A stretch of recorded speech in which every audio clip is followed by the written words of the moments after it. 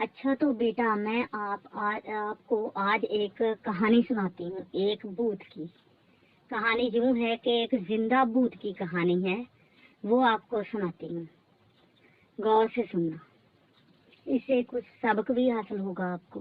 میری بات غور سے سننا۔ بہادر خان ایک بڑی زمین کا مالک تھا۔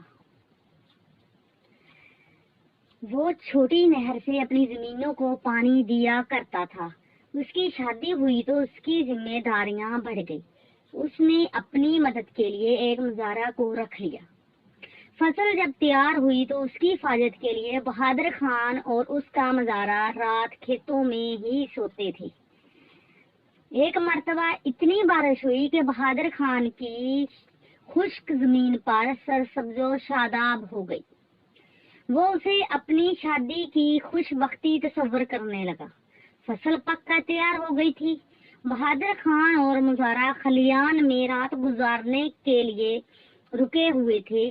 اس کی بیوی سرے شام ہی روٹی دے گئی۔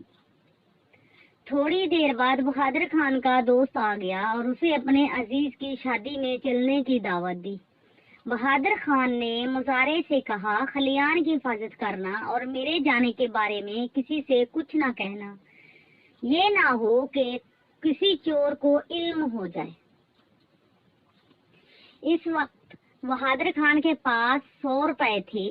وہ اسی وقت اپنے دوست کے ساتھ اس کے گاؤں چلا گیا۔ رات گہری ہو گئی تھی۔ مزارع نے آگ سلگائی تو تیز ہوا سے ایک چنگاری اڑ کر خلیان میں جا پڑی، جس سے خلیان میں آگ کے شعلے بھڑک اٹھے۔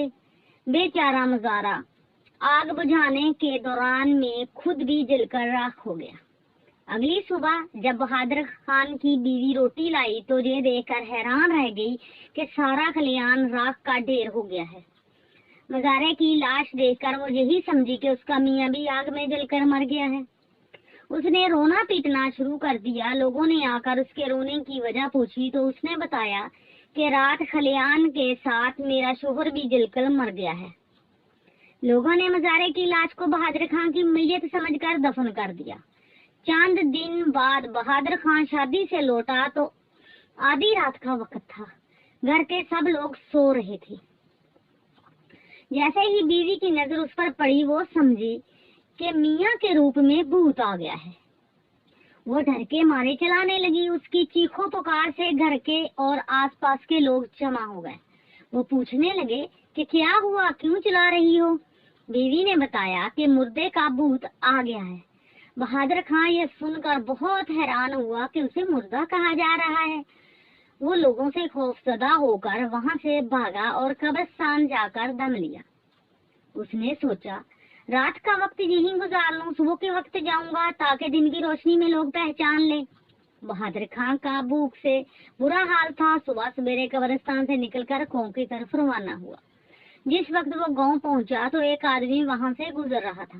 بہادر خان چپکے سے اس کے پیچھے چلنے لگا اور کہا، بھائی میں بھوکا ہوں، مجھے کھانے کو دے دو۔